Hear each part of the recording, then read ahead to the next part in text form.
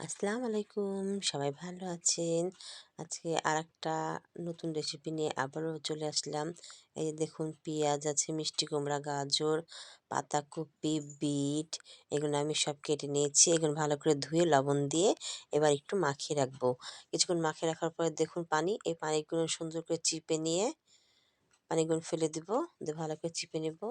দিয়ে যে লবণ দিয়ে দিব, কালো জিরা, হলুদের গুঁড়ো, মরিচের গুঁড়ো, একটা ডিম দিয়ে দেবো এর ভিতরে।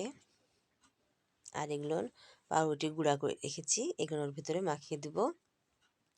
আর কিছুটা চাউল আটা দিয়ে সুন্দর করে মেখে আপনি এমন করে ছোটো ছোটো করে যেমন ইচ্ছা আপনি করে দিয়ে ভাজতে দিয়ে দিবেন। হয়ে গেল আমার সবজি পাকোড়া।